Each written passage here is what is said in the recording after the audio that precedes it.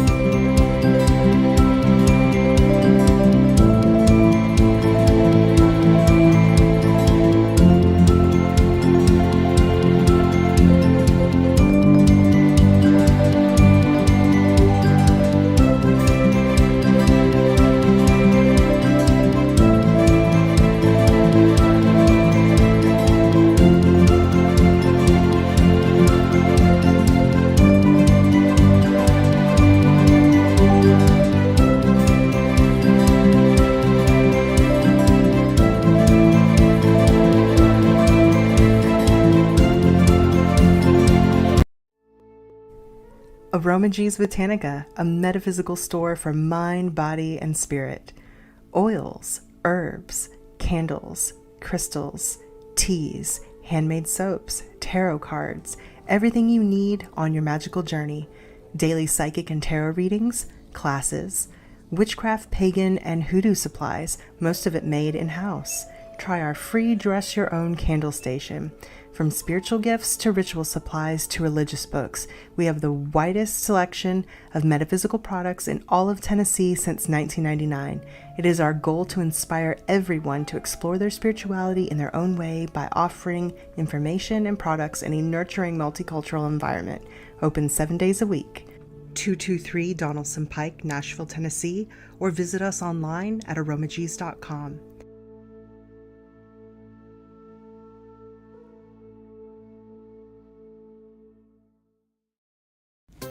A hand-carved natural quartz crystal ball made into a necklace for divination on the go. Crystal balls have been used for centuries in healing and cleansing rituals, as well as for divination.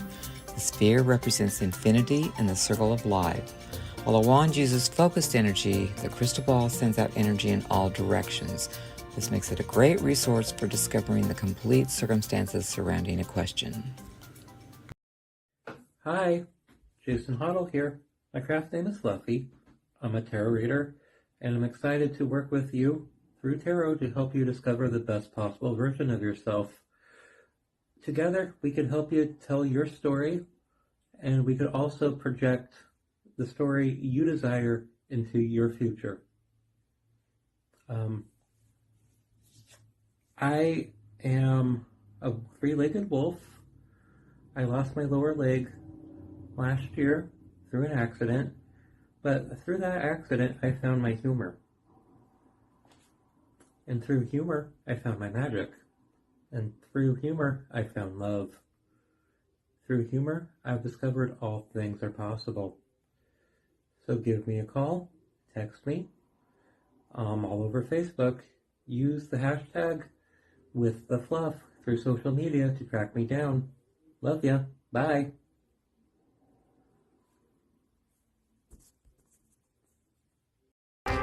Welcome to the Conscious Radio Network's YouTube channel. Become enlightened, have fun, and tell all your friends and family to share with everyone they know. You can find us on Facebook and stay up to date on our Facebook group, or find us on Twitter, Instagram, and TikTok. Our podcasts can be found on Libsyn, iHeart, Spotify, Google Podcast, and more. Most of all, remember to go to our official website at consciousradionetwork.com for podcasts, hosts, future shows, and scheduling. We also want to welcome our international audience. Don't stop now. Enjoy the community. Subscribe today.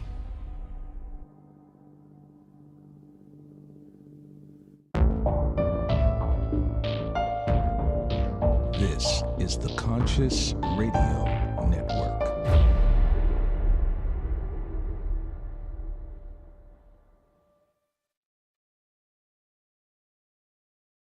Yeah. Good morning, afternoon, evening, wherever you might be on this spaceship we call Earth. Welcome to Conscious Radio Network's weekly podcast series, The Seance. I'm your host, Reverend Dr. Paul Meckes. If this is your first time watching, listening, please click subscribe, like, follow, comment, and listen to us wherever you listen to your podcasts. The God Within, our guest today. Attitude, perception, self-reliance, and the willingness to embrace the discomfort that accompanies change is a recipe for mental alchemy. Each and every one of us has the ability to turn any situation into personal gold, guiding people through the process of forging their foundational pillars of self, which primes them for rapid transformation, is the reason our guest today walks the earth. Building leaders by example is what he does. He sells real estate on the beaches of Destin, Florida. He is Josh Parish. He is an evangelist for the God Within. Let's welcome to the show, Josh Parish. Yeah. Man, I like that intro, dude. That was hot. Like, yeah, I need a recording of that for any other time I'm on a podcast. Like, there you go. Which was it? The voiceover? I know someone who can do that. You did it live, man. That's awesome. Like, that's. It takes a while. It has taken a while to get comfortable. I still get nervous when I do the show. Before we go live. Well, actually, no. Before we used to do this live, and then if there's an issue, it's a bad show, so I can't afford it. So we record it, and then we go live. There you go. Well, dude, the nervousness is the go juice. Like that's what knows you're about to just crush it. If you embrace it, I mean, that's what gets you going. You know. Exactly. Absolutely. And I believe that is what we are going to kind of hone in on today, aren't we? Yes, sir. Embracing the things that give us discomfort and using that as a tool and using that to thrive and move forward and take the world by the gonads. Absolutely. So how did this all start for you? Man, great question. It started at birth. I had the opportunity to move around about every year and a half of my life growing up. Stepdad was in a major retail chain, and he was continuously getting promotions. And I was a fat kid in nice clothes, kind of funny, and people made fun of me and whatnot. And so, I mean, it's just like I could either like feel disempowered or embrace the change and recreate myself every time I moved, because I would, starting out, I'd be like, well, why are these kids mean to me? And instead of, I would be sad, of course, I was a kid. And, but then like I'm a thinker. And that being said, I haven't told too many people this, but I dealt with tremendous sleep paralysis multiple times weekly from the beginning of I could start thinking, like 3 to 10. And I still get it every now and then in times of stress, but sleep paralysis, like that demon that lays on top of you and will not let you up, dude, that made me insane. Like that made me so mentally tough and made me consider death. And I was asking questions at a young age to my family and my parents. And eventually, like, I wasn't getting the answers. So I just stopped and I was just eating it. Like I was just like, you're on this journey yourself, Josh. So, yeah, I mean, that's what really got me started on my journey here. Wow. Um, yeah, and especially, I mean, I've never experienced the sleep paralysis and that. Um, I every now and then have an encounter, a weird encounter, very rarely, and that's the thing. It does happen during stress. When you think about it, it's like, oh my god, what's going to happen? Da, da, da, da. And you feel the presence of something in your room, and it's there. You feel it, and it's like, what is that? And I just freeze. I just continue laying on my side or my back and just pull the covers up over the thing and just pretend you're sleeping. Just forget about it. Dude, last night, like I haven't had it in a while, but I went to bed kind of late because I'm making the shift from real estate into this online transformational coach type deal, even though I've been coaching people most of my life. Got to bed kind of late, and dude, like something grabbed my traps, like my shoulders. And I worked out multiple times yesterday for like content creation and whatnot, but like it was wild. And just like, I'm like, man, I'm not doing this sleep paralysis thing again today. And if you ever experience sleep paralysis, it will shake you to the core because I mean, you have to submit to it. Like you're awake, but like something is keeping you from being able to move. And like it, and I mean, I've never had like something, scratch me like a demon or anything like that, but literally laying there and just begging, within your mind to like, let me up. And to experience that 3, 4, 5 times a week, knowing it's coming, dude, like, and I'm a lover of sleep. I love to sleep. Like, oh man, yeah, me too. So, it's just, man, it'll definitely change you. And then, when it lets you up, like you're like, oh my God, thank you so much. And one of the tactics for me to get over it, just like to leave the room, go sleep on the couch, go change space and hope it doesn't get you again.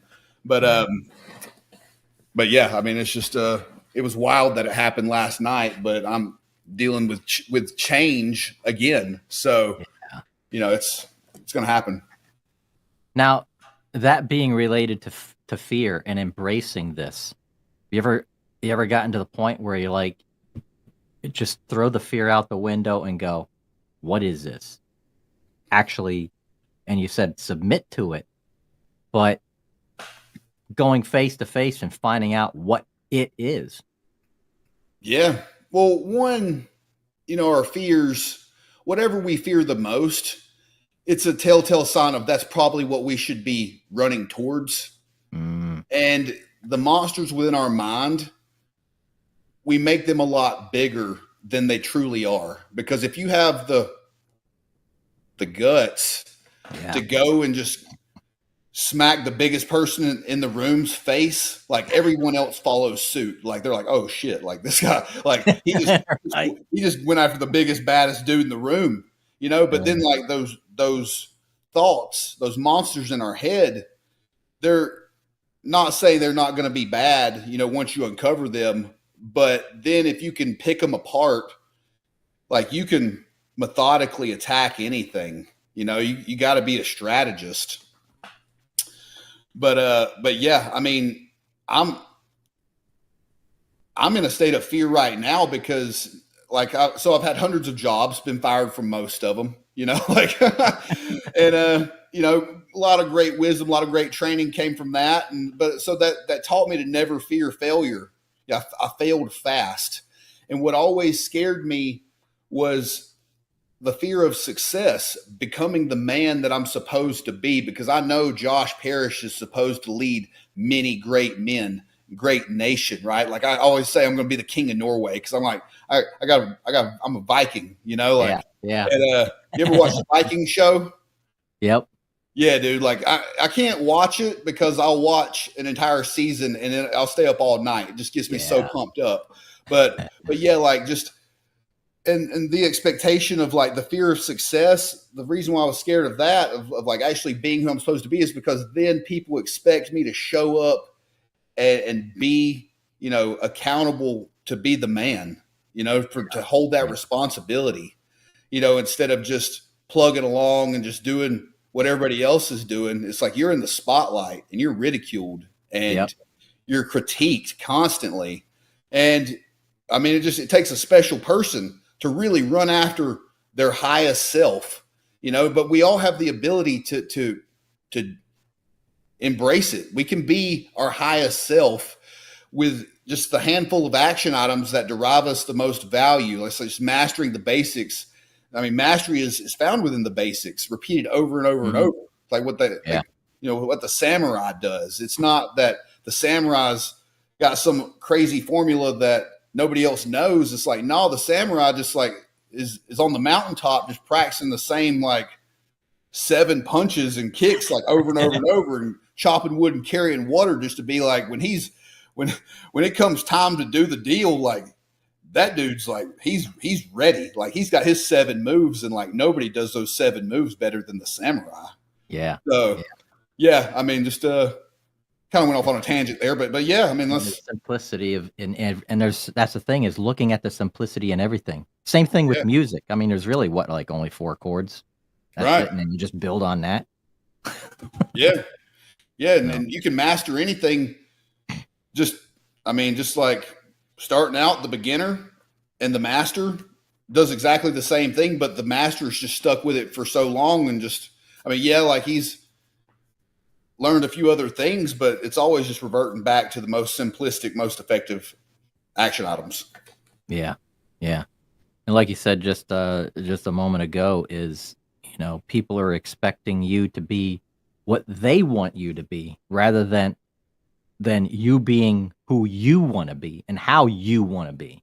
There's so many obstacles out there. It's like you go to work, you go to the office, and people are expecting you to be in this box, that you got to perform a specific way that they want you.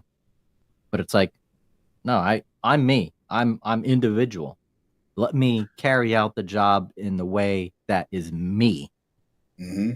So we're a composition of the stories that we tell ourselves, basically. And if we we have to operate throughout the universe, throughout the world with other people, but we can't let other people's stories tell us who we are.